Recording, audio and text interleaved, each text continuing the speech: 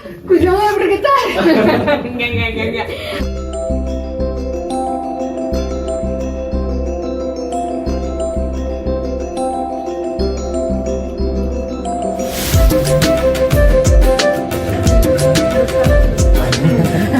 Power Ranger. Oke. Nah, ini dia salah satu keris yang usianya sudah ratusan tahun, karena keris yang kecil ini dari zaman Kerajaan Galuh ya. Jadi sejarahnya panjang banget. Dan kalau dilihat sebenarnya ini memang ukurannya memang compact ya, kecil gitu. Mungkin bisa ditaruh di bagian belakang dari celana begitu ya, kalau zaman dulu. Ya, kalau menurut Pakem itu adalah keris Petrem ya, atau keris khas kecil kan. Ya kan? Lebih ke ajimat pada saat itu ya. Tuh.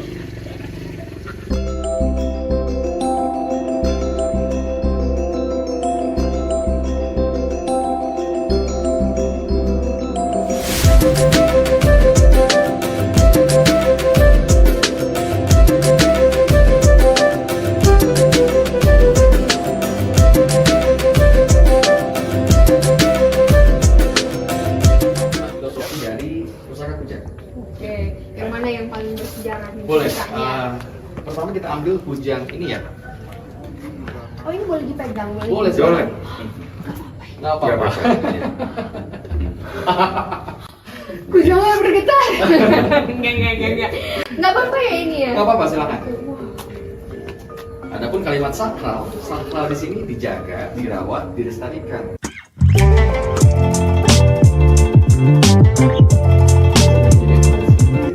Jaga, dirawat, dilestarikan. Ini memang agak ini karena maintenance.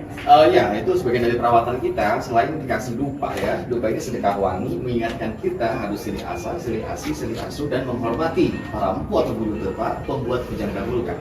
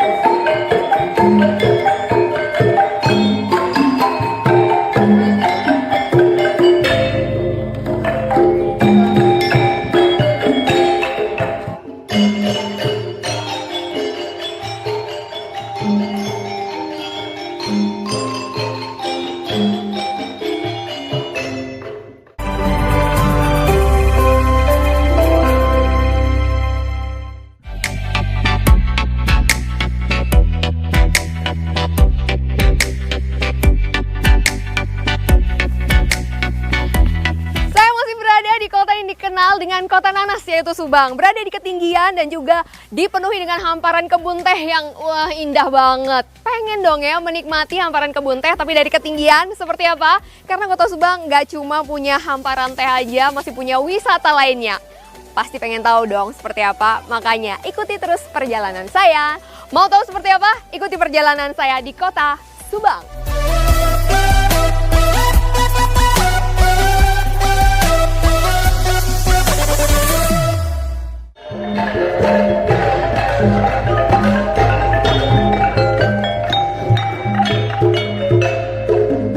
Musik tradisional khas Subang ini menyambut perjalanan saya kali ini. Senandung angklung hingga musik bambu seolah menyihir pandangan saya untuk mencoba.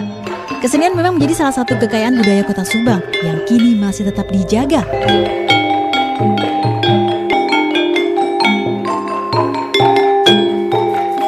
Gampang-gampang susah sih belajarnya, jadi harus mengingat apa sih namanya notnya gitu ya. Sebenarnya kalau ini yang saya mainkan ini tadi namanya kalau nggak salah saron, betul Kang ya? Saron, dan ini keseluruhannya adalah angklung angklung arumba. Ini bisa kita coba, bisa kita mainkan di desa wisata yang ada di sini, terutama di Kabupaten Subang, Jawa Barat itu.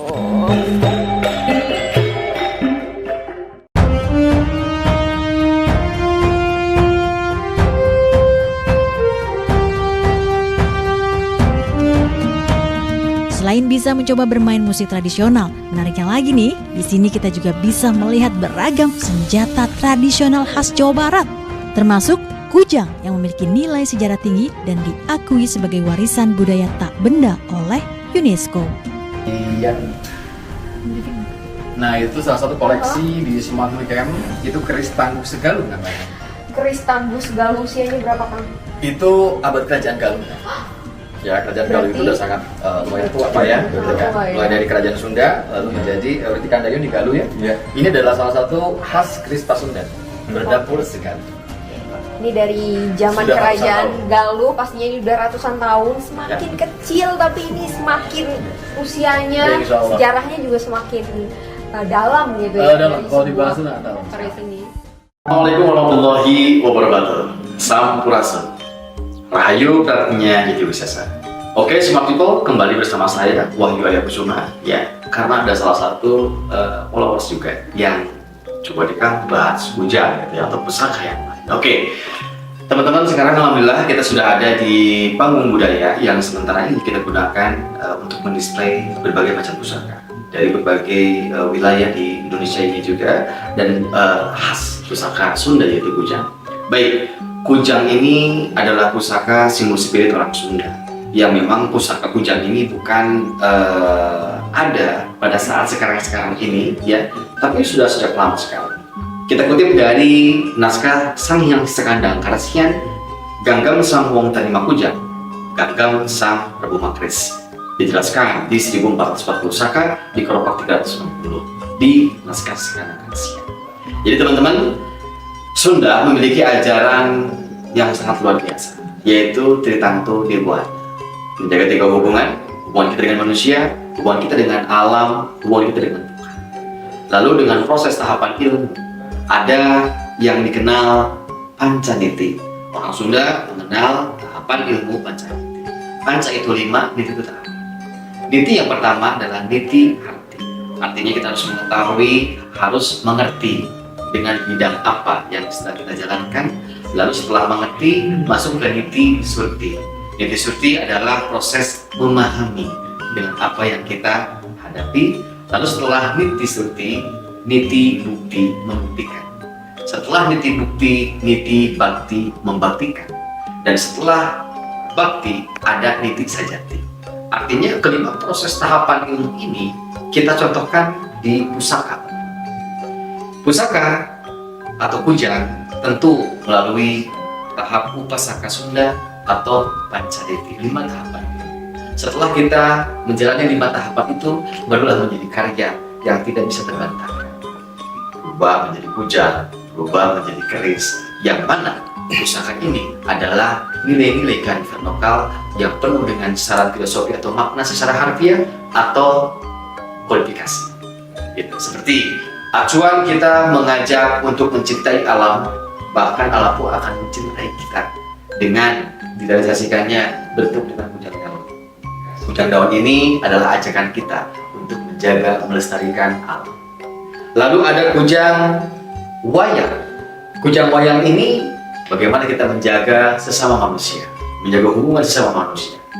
Lalu ada kujang yang lain yang bentuknya sangat unik. Intinya pusaka dibuat sebagai kodifikasi, sebagai ilmu yang tersimpan dalam sebuah atau sepungkap pusaka.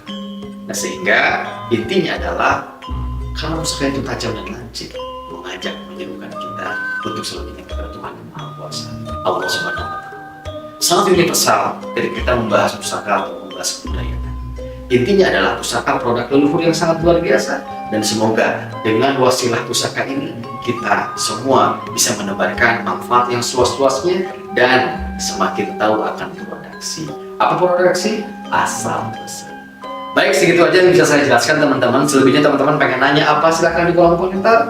Dan kalau teman-teman suka dengan video ini, silahkan like, subscribe, dan bagikan teman-teman. Oke, Smart People, terima kasih. Salam Rahayu, Rahayu Pratnya Yati Wisesa. Wassalamualaikum warahmatullahi wabarakatuh. Cakapes.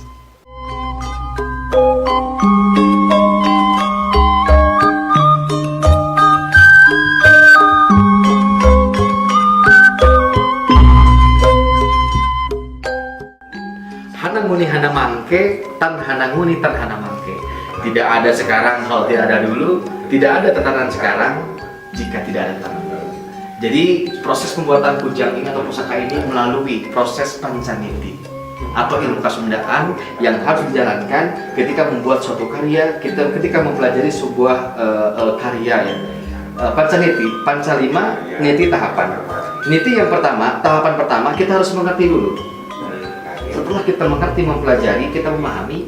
Setelah memahami, kita membuktikan. Setelah membuktikan, kita membuktikan. Setelah membuktikan, kita merealisasikan dan menjadi kebenaran yang tidak bisa terbantah.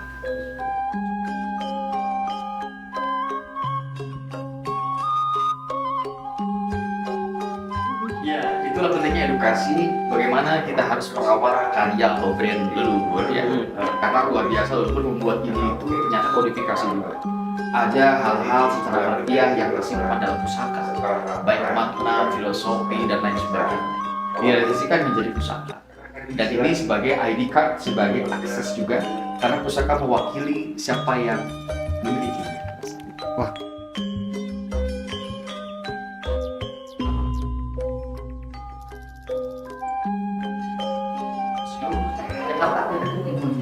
Di salah satu kutipan sisa kandang Harsian bahwa Ganggam sang Oktani Makujang, Ganggam sang Perpuma Kres. Jadi memang kujang ada dalam kutipan naskah sisa kandang Harsian tahun 1441 di Koropak 370. Ya gitu, di naskah sebuka kumpul gitu. Gitu.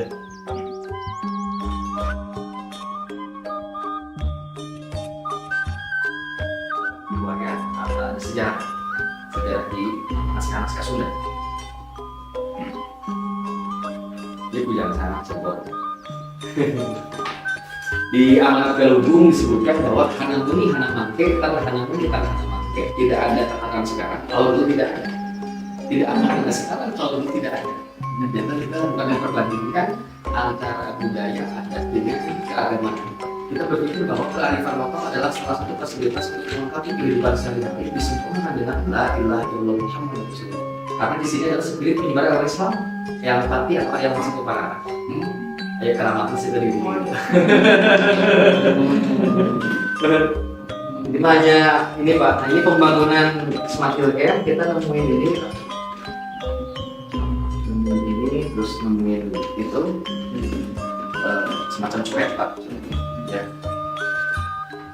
Jadi dapat bangun berat. Terkubur mungkin ya? Oh bukan, kalau itu sumbangan dari masyarakat, sumbangan tidak dirawat, diberikan kepada kita sehingga kita rawat, kita jaga gitu Pak.